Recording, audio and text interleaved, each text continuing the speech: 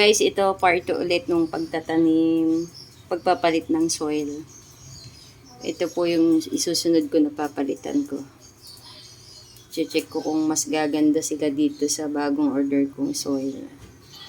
Yan. Kaya papalitan ko po ng lupa yan. Ito. So, start na po tayo. Tara, start na po tayo. Unahin natin tong maliit-liit.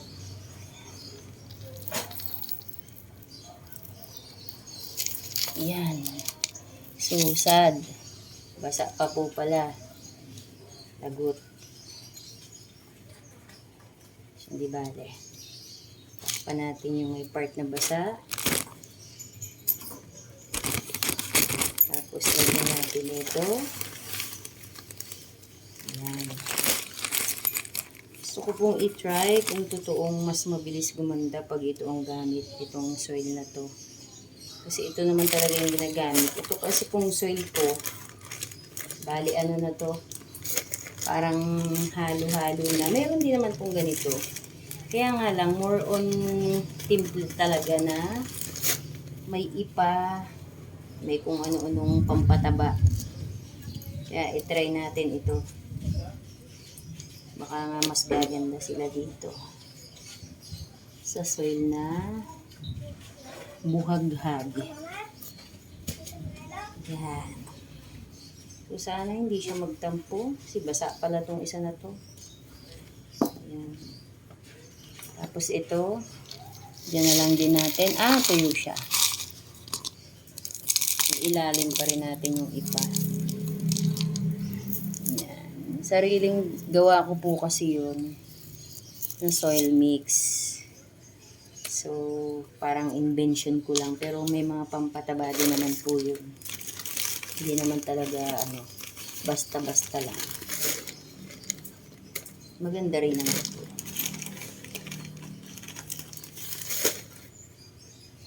Ayan. Tapos, ilagay natin. Lab! Shopee.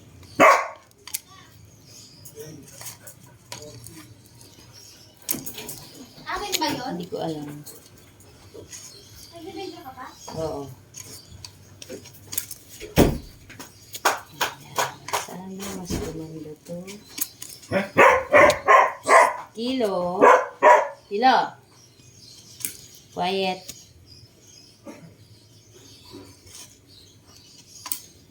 Guys, pasensya na sa aso kong si Kilo. Ganyan po yun pag may nagtatawag. So, ito. Dalawa. Tapos ito, parang napapaisip po kung papalitan ko pa. Kasi mukhang gumaganda na naman siya.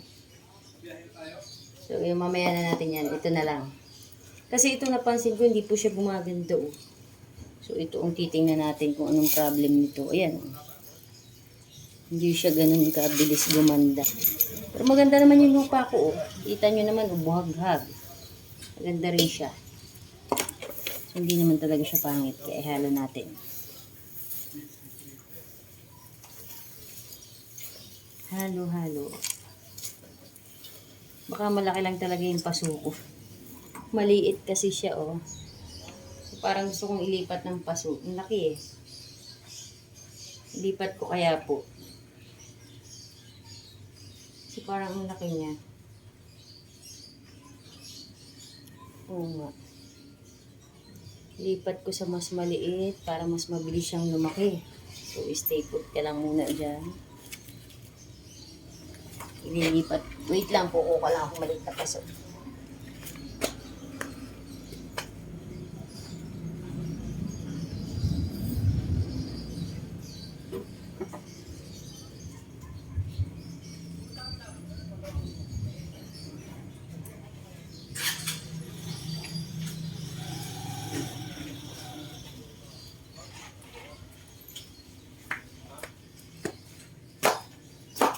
Ito, may nakuha po ako. Kaso wait. Maliit ang butas. Papalakihin ko lang po. Pag kasi maliit po ang butas, hindi masyadong nakakalabas yung tubig. So, magiging ano rin po yun. Iistakan sa ilalim hanggang sa marudrat. Yan. Guys, oh.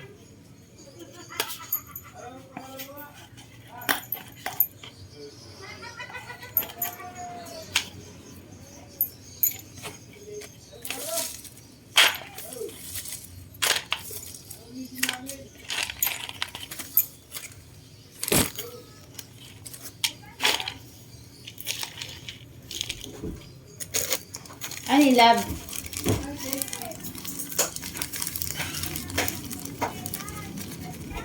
Ah, yung order ko daw. Yung order ko daw, tsinelas. Yan, sakto lang sa size niya. Wait.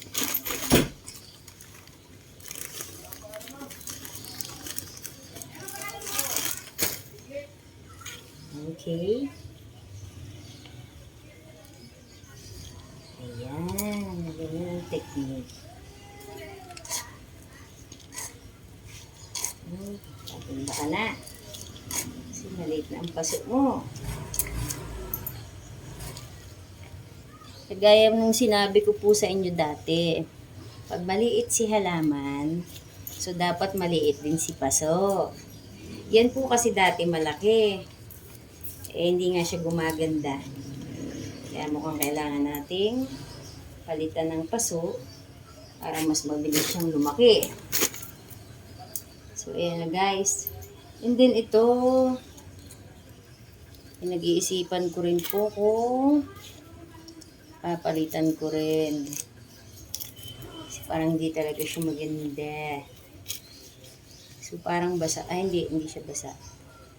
So, okay lang palitan. Oo. Hindi po ba? Ito yung kung natatandaan nyo, ito po yung parang bagong order ko to ah. Hindi pa yata ito nakaka 1 month sa akin. So baguhin na rin natin.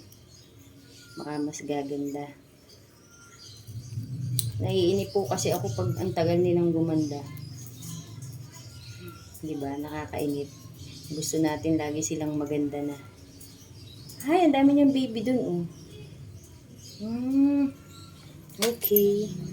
So, kunin natin yung uling kasi maganda po yan, eh. Yung durog na uling. Pang antibacterial daw, sabi. Sabi nung napanood kong isang nagbablog. Maganda din may uling. So, dyan ka lang. At tapos kunin natin ito pala yung mga pampainit natin sa ilalim. Yung bato-bato at saka ipa. Para hindi masyadong maiista ka ng tubig. Tapos lagyan natin ito. Yan. Tapos ilagay natin ito.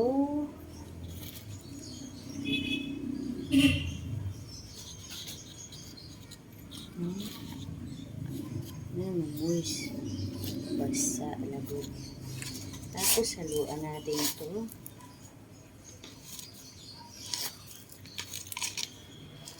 So, maganda naman po itong lupa na ito. Kaya sana hindi siya magtampo.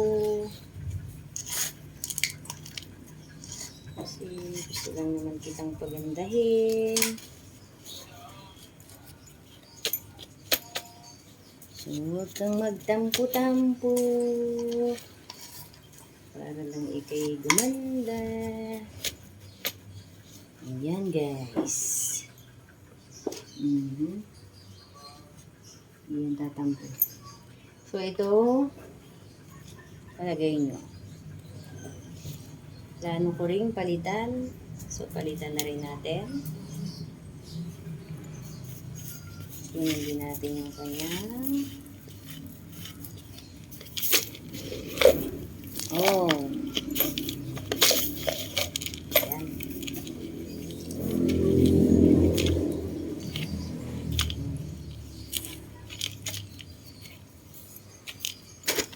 Hindi natin ito.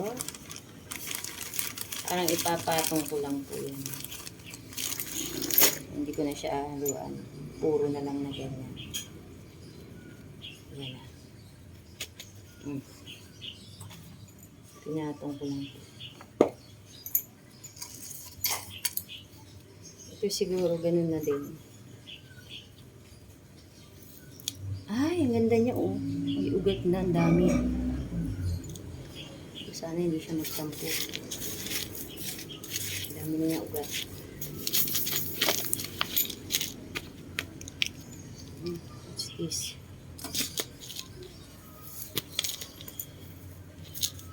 So, ganun na lang din po. Bigyan natin. Tapos, patong.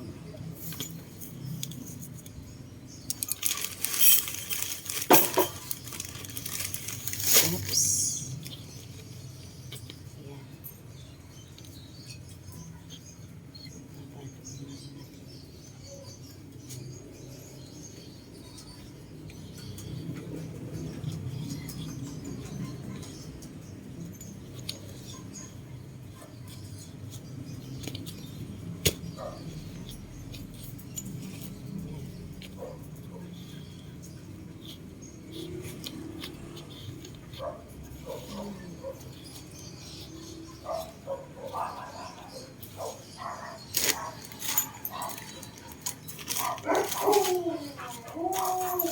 Oo, wala kang pupuntahan dito, Kila. Huwag ka nang ganyan. Quiet.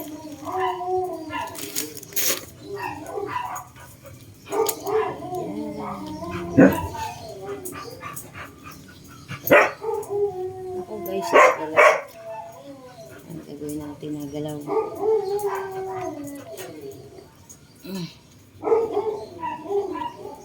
So, yan. Ayan na sila guys. Ito, palitan na rin natin. Diba?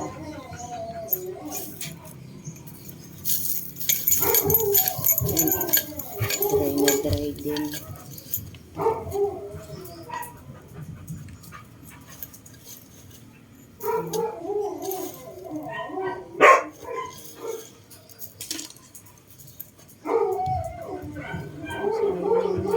Sira yung dahon.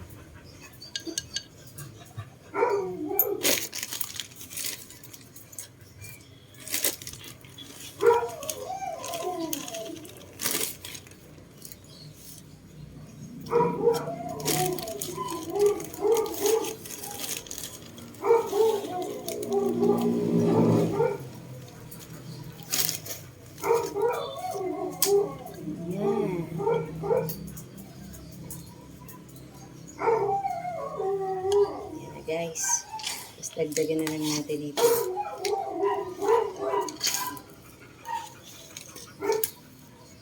Diba?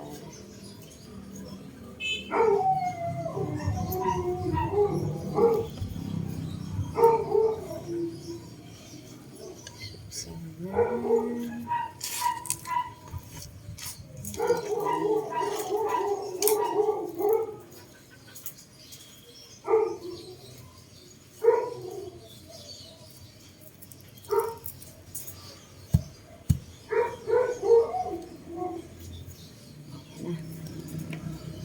Si Hana Kaida daw po ito na variegated. Oo nga po pala guys. Pa-comment naman po kung ito ba nabulaklak niya pwede ko nang tanggalin. Kasi sabi nila pag may bulaklak daw po nangaagaw ng nutrient. So dalawa po yan. Ito yung isa. Pa-comment naman po kung pwede ko na ba itong putulin? Kasi ang haba po niya or hayaan ko na lang. Ayan po. Para kung tatanggalin ko na po yan. Ayan na guys. Tapos na po ang ating pinalitan ng potting mix. So hanggang dito na lang po muna. I-update ko po kayo kung anong mangyayari sa kanila kung mas mabilis silang gaganda. Bye guys! Thank you for watching!